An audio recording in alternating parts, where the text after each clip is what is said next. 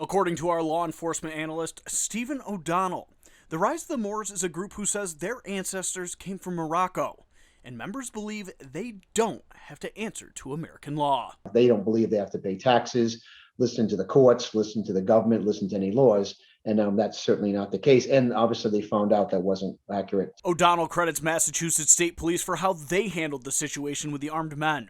He says this could have been a very different story. At history with these type of, and I would call them sovereign citizens groups, they've turned lethal for law enforcement in different places around the country. This luckily didn't turn that way. O'Donnell says this incident isn't unusual, especially after a major economic event like the pandemic. There's been major issues with the economy, or this is the best example of major issue. We just had a pandemic, so the economy turned pretty sour. There's some angry people, and that always spurs some anti-government rhetoric and things like that. And he warns that groups like the Rise of Moors poses a threat to organizations looking to be recognized. There's a whole indigenous movement out of Rhode Island and other states to be recognized by our government, but they're doing it through a process. They're legally trying to find data, have lawyers, and they're working with the state and federal governments to figure out how they go about living within the rules of this country. We asked O'Donnell about what charges these 11 people could be facing.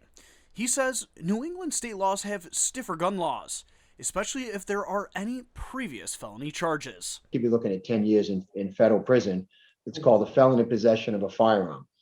If they're not felons, they might be breaking some other law about carrying a weapon to and from. Some weapons are supposed to be disengaged. They can't be, the ammunition can't be with the firearm.